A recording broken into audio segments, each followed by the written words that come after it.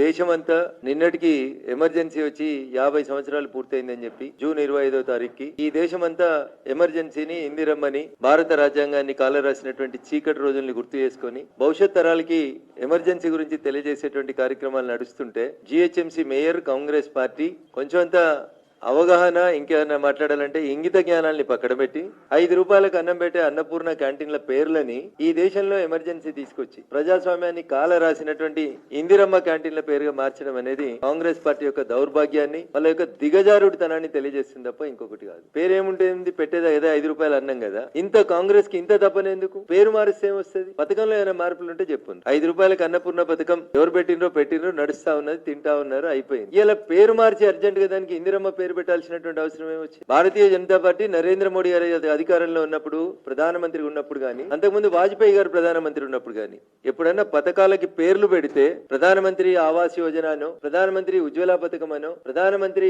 Canteen అనో ఏదైనా పేరు పెట్టినారు గానీ ఎప్పుడు వ్యక్తుల పేరు పెట్టలేదు. కాంగ్రెస్ తాను చేసినటువంటి తప్పిదాలను తెలుసుకోకుండా ప్రతిదానికి ఇందిరమ్మ పేరు పెడితే ప్రజలు కనీసం ఆ చీకటి రోజులు గుర్తొస్తే ఇందిరమ్మ పేరు చెప్తే కనీస అవగాహన లేకుండా